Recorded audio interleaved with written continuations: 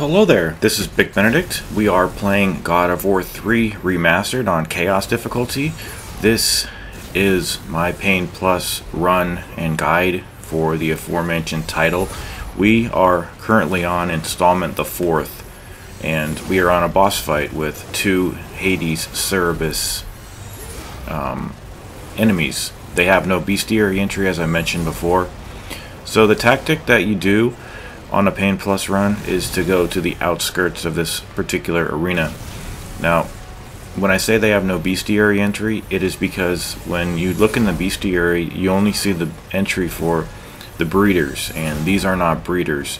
The breeders shoot the regurgitated dogs out of their mouths, and these do not. But it's the same principle. You stay on the side, and they will get caught in the taunt animation.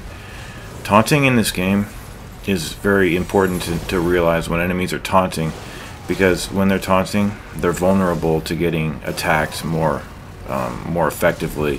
For instance, if an enemy like a satyr is not taunting and you try to launch him with the Hermes boots, you won't launch him. He'll block it every time. But if he's taunting and you do it every time, you'll get a launch. That was an accident right there. So you might be wondering why this works, and the reason is I don't much know why it works. It just does.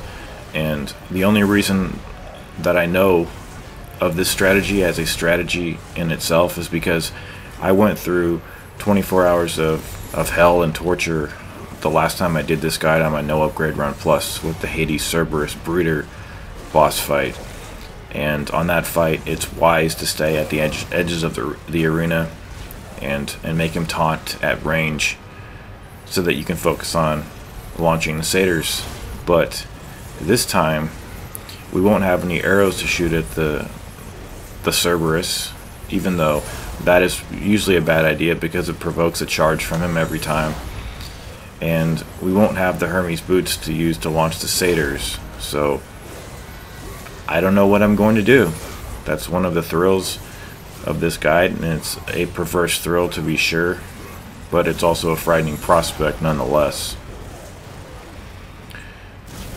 So you can guard against their projectile. They have 3 heads, as you can clearly see right here, and it's just a matter of taking the heads off.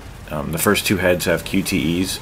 The 3rd head, when you go to press the O button, it will just tear the head off without a QTE, and you'll get a small bit of health back. So if you're doing a no upgrade run for something like this, you're free to use magic. You're free to use the projectile parry technique. But on a run like this, where you can't use magic or you can't use the arrows to damage these guys at range, it's wisest to just stand at the edges of the arena and do the super plume. And aside from that, there's only one other thing that I've mentioned before, namely, they have an unblockable attack when they get 1 head left, and you should be able to see it when it comes up. I'll point it out. Oh, photo mode usage right there was just to confirm how many heads this guy had. It's pretty good to zoom in. You're either zooming in on ass cheeks in this game or dog heads to see which is what, or to see if you've got some good fapping material in front of you, I suppose. But it doesn't really work for me because you can see that it's so aliased, it's not even funny. So hope everybody's doing well. I've got about 10 installments in front of me that I haven't commentated over yet, and what I'm doing is I'm being reserved about uploading these because I fear that this project might get cancelled, because if I won't be able to beat the Scorpius or Zeus or anybody, even a simple boss like Hermes, I had to adapt my strategies because you can't use the arrows, but I took that guy down easily. But different approaches are called for on this run. I mean, in a few videos we'll be in the caves and I won't even be able to see anything because I can't use the head of Helios to see anything, so I have to depend on using the plume of Prometheus to light my way. Because if I'm not mistaken, whoever made this game, the port, put in new lighting models and things like that. But that's this fight in a nutshell. The next fight, there's gonna be several fights, but we won't have a boss fight until the video after this one, and it is epic. Boy, is it epic. Not because I did it perfectly or in any kind of grandiose manner. It's just because, like, when I beat it, I was truly happy with myself that I conformed to all the rules of the run, and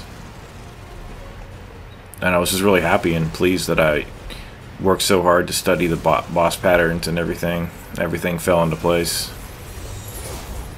Yeah, so these guys have one head each left. So it's a very, very, very simple process of dealing with these guys. Anything else I should note? Not really. Not really. And I'm going to let the video play out, you guys. Take care.